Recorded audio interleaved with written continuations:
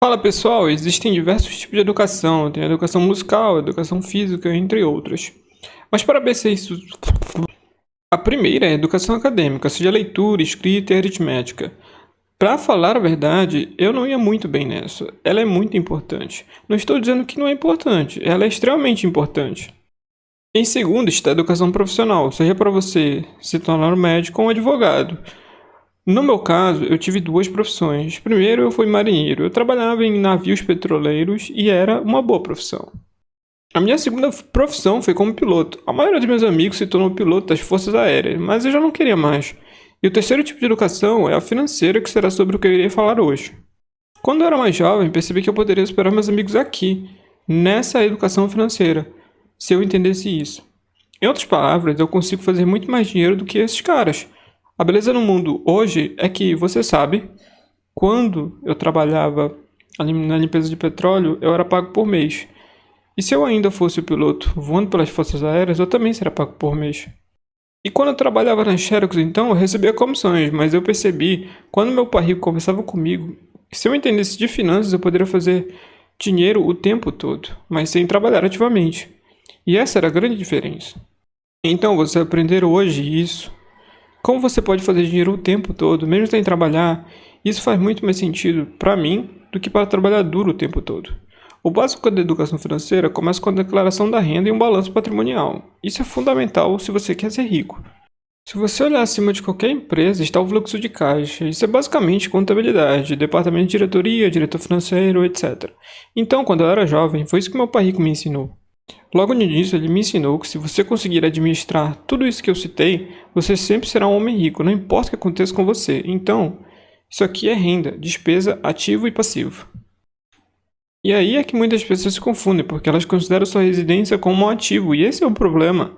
Elas consideram seu carro como um ativo.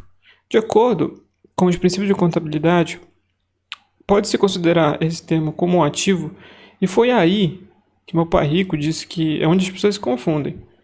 Basicamente, meu pai rico dizia que coloca.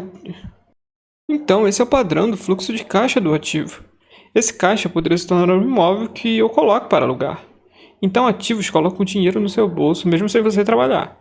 E o passivo tira dinheiro do seu bolso. Então, o motivo pelo qual as pessoas têm medo de perder seus empregos é porque elas têm passivos em vez de ativos. Quando eu vejo esse lance de algumas pessoas, que seja empregado ou autônomo, eles acreditam que o salário é o fator mais importante.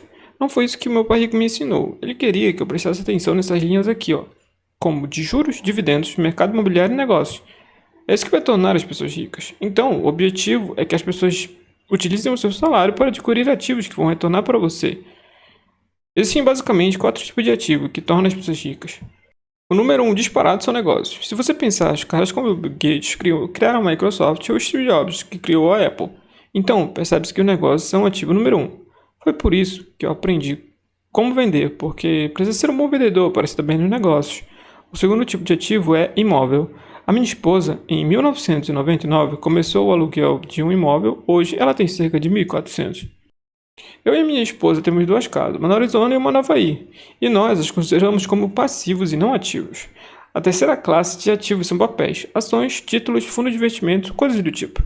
E o quarto grupo de ativos são commodities. Eu pessoalmente possuo ouro, prata, cobre e petróleo. Então, basicamente todo mês, trabalhando ou não, essas coisas aqui que eu acabei de citar, colocou dinheiro no meu bolso. E, por exemplo, é que se você é um médico, se você para de trabalhar, você para de receber. E essas coisas aqui que eu acabei de citar geram renda o tempo inteiro. Foi assim que eu fui ensinado. Na minha opinião, o ativo mais importante é o que pode dar o maior retorno financeiro, que é criar negócios. Meu pai rico sempre dizia: por que você vai trabalhar tão duro por algo que nunca vai ser dono? Você não pode vender o seu emprego e nem deixar de herança para seus filhos. Então, para mim nunca fez sentido ser um empregado. Sempre fez mais sentido para mim construir o meu próprio negócio e contratar meus próprios funcionários. Outro motivo que fez com que eu focasse em criar meus próprios negócios é que você não tem muito controle quando faz parte do mundo corporativo. Por exemplo, você pode ser mandado embora a qualquer momento e existem fusões de empresa. Quando uma empresa compra outra, então você pode ser um ótimo funcionário, mas se a nova empresa decidir, ela pode te demitir. Isso que eu estou falando é um longo processo, não vai acontecer da noite para o dia e pode gerar medo inicialmente. Você precisa se lembrar que seguindo por esse caminho, Você será o seu próprio chefe, então você precisa mudar a sua visão, sua mentalidade e sempre buscar cada vez mais conhecimento na área que você deseja seguir. Porque é muito difícil não existir uma área que mude constantemente. Mas, principalmente, você não pode ter medo de se arriscar. A geração atual é a que mais tem acesso à informação da história da humanidade. De nada adianta se você tiver medo de errar, porque você ficará preso em uma caixa. E no mundo em que vivo, sempre estar em busca de segurança não faz o menor sentido. Pois se você não correr o risco, nunca irá evoluir. Você pode até saber a resposta, mas se você não tomar uma atitude, de nada adianta. Então, se você realmente quer ter sucesso, você precisa estar disposto a correr certos riscos. Se você gostou do conteúdo do vídeo, recomendo fortemente aprender ainda mais sobre os ensinamentos de Robert Kiyosaki em seu livro Pai Rico e Pai Pobre. Esse livro teve mais de 32 milhões de cópias vendidas em todo o mundo, foi traduzido para mais de 50 línguas e esteve na lista do The New York Times por mais de 6 anos. Esse foi o livro que tornou Robert Kiyosaki mundialmente conhecido. Para mudar a sua mentalidade em relação ao dinheiro, vou deixar o link na descrição para que você possa adquirir esse livro. Obrigado e até a próxima.